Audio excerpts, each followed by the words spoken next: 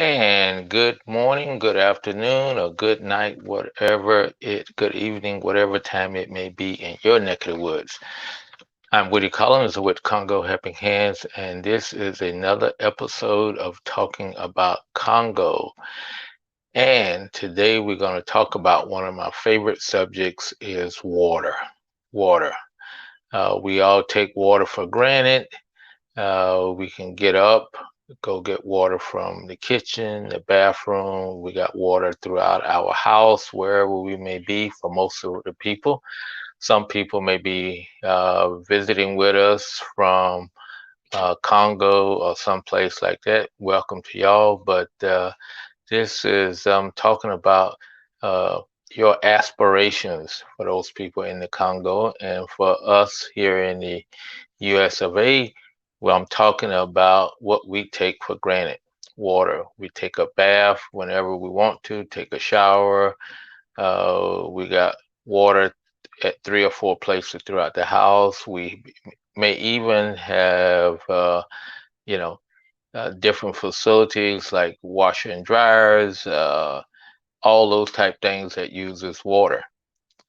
And so I'm going to talk about what it's like in the third world, places like the Congo and in most places in Africa, a lot of places in Africa, they don't have water that's running throughout the house. Most people do not have it. There's people that do, but it's not the usual thing. So, and my idea today is, and I will stand by it and will argue with anyone, solar power makes the difference. And when I mean solar power, I'm talking about electric power that comes off of solar panels that can become a rural electric grid, the equivalent of a rural electric grid. That's third world electricity. We've heard a lot about it because the COP26 just ended, and where they was talking about green energy, energy that is non-polluting, and that's solar power. Solar power is green. It's non-polluting. You don't have to worry about because you're not burning any fossil fuels.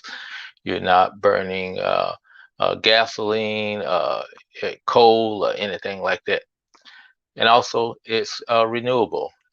It's going to be there tomorrow, 365 days a year. And depending on where you may be, it may be there 12 hours a day. It may be there 11 down to 10. But right in the Congo, in most of the Congo, you're probably averaging about 12 hours a day because during the winter months, it may drop down to 11 and a half hours. Then during their summer months, it may get up to almost 12 and a half hours. So it averages out 12 hours a day since they're right on the equator. So, so what makes the big difference with solar power and water? Number one, I'm just really bullish on solar power because it has potential, and it's the big potential maker for people having water throughout their house, throughout their village, throughout their community. Number one, it is what we think about when we think about water in the United States and Europe. It's water without an electrical grid. You just don't realize it, but we use big electrical pumps to pump water from river sources, and and we also purify it.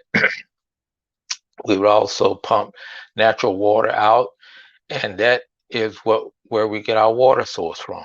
But it's electrical power that makes that all that's possible. So therefore, with the same electricity, you can have water within 30 minutes of if you're in the Congo, you can have water within 30-minute walk of your house. Then you will have what they call basic rural water service. And the next level is once you get water within your premise, your house, you can have with the electrical solar, you can get it within your house there. And all you need is a solar pump. You need something that you take that solar pump it from underground and pump it all the way up to a tank to hold the water, and then from there you have enough pressure to distribute that water throughout a village, and you have it enough water pressure if you had your own pumping system on your premises, you can have it throughout your house. Or if your village had a higher enough tank, it can have water throughout a village and all the houses within the village. So that is huge, huge, and that's what makes me so bullish about solar power, because that one factor with electric pump, you can pump water high enough up into a tower to provide that type of pressure that you can distribute it throughout the community. And that's huge. That is really, really huge. That's HUGH, huge. So you really need something. You can't hand pump water up that high. So when you put in a well and you got a well, the hand pumps only pumps water up to the ground level. I have never seen where hand pumps pump water into a tank. It may be possible, but you would typically have to be above the tank in order to pump there, because one force would pump it up to where your pump is located is, and then you have to have another force to pump it past there. But with electrical pump, you pump not only water to the ground level but you can also just keep pumping it, and it goes all the way up to a tank. That tank may be 10 feet, that tank may be 20 feet. In the case that we have here in the United States, tank could be 30, 40, 50, 100 feet in the air. And by you putting it that high in the air, you can distribute water throughout your community, in your house, and everything like that. We have water pressure in our house, whether we have electricity or not. So that's one of the unique things about it. If you lost power, you still have water. The city still have water. Now, at some point, if the city electricity for a number of hours, and the tank starts running low and gets down, uh, uh, loses all the water in it, yeah, you could lose water, and the city won't have any water. But again, with solar power, where you in the case of the Congo, when you get it 12 hours a day, you have water that you can pump 12 hours of the day, and hopefully you can pump enough that will be extra to last you throughout the evening hours or throughout the late evening when people are sitting around cooking, washing up their dishes, or the next morning when they're washing their dishes and things like that. So it is huge. It's one of those things that's going to uh, improve the life of a lot of people. And not only, at some point I'll talk about not only solar power bringing water to people, but it also bring, what we think of as electricity that they can watch television, they can study at night, they have lights at night, all those type of things. They can charge their cell phones, all those type of things. So that's other advantages of having solar. And basically, if you have a solar system in town, you can also use that to, do those type things. You can have street lights in town. You can have not, charging stations around that you can charge up your phone. So it's huge, and that is all through solar power, and so it's great for especially great for when you're dealing with pumping water and pumping water above ground level, so you can create enough pressure that you can distribute water to within a 30-minute walk of wherever you're living, but also you have the potential if you ran pipes far enough, and that would be the extra cost of running the pipes to actually individual houses and things like that. You know, and the thing about solar, with all everybody thinking green these days, the price of solar panels have went down.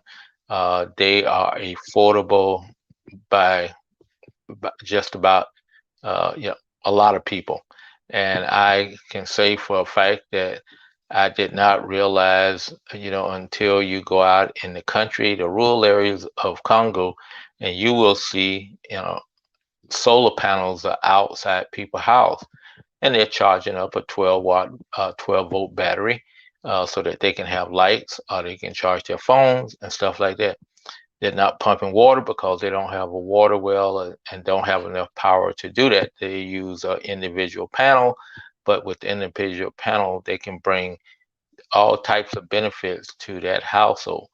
But when you come up with a system that will allow you to pump water either from underground in a well or pump water uh, from a river or from a capped spring, you are creating something of value to that community, because now women and girls don't have to walk, hours to get water. They can have water within 15, 20 minutes of their home, and that other time that they're saving, they can devote to money making enterprises, studying, and also, even just taking care of their kids or doing other things, or even have time enough to go to the field to do extra work in the field, to bring in bigger crops, to make more food, all kinds of stuff. So there's a lot of things that you can do that is going to be a game changer, from not only from the standpoint you're bringing water to people's house, but that allows them to do other things that they don't have to be walking off, hour to get water a day, and a lot of times it's polluted. So it's great. I'm bullish on it, and like I say, the price of solar panels have dropped down so much that that's the way to go. So anytime you considering anything in rural Africa, think about now putting in solar panels so that you can have solar electricity in clinics everywhere. So solar power is going to make the difference, and especially in the case of water. So thank you all for coming by, and thank you all for your comments. Thank you all for viewing it, and also just thank solar. Thank solar. It's green, it's renewable, and it's the way to go. And it's going to be an improvement for everybody, including the people in rural Congo where they don't have a power grid. It's not like the United States where you have electrical power units that's out in rural areas and everybody is electrified. You don't have that, and so you only have electricity in cities and stuff like that, and only for a few hours of the day. So thank you again, and we will talk to you tomorrow with another subject about Congo. And take care of yourself, take care of one another, and be kind. Thank you, and we'll talk to you later.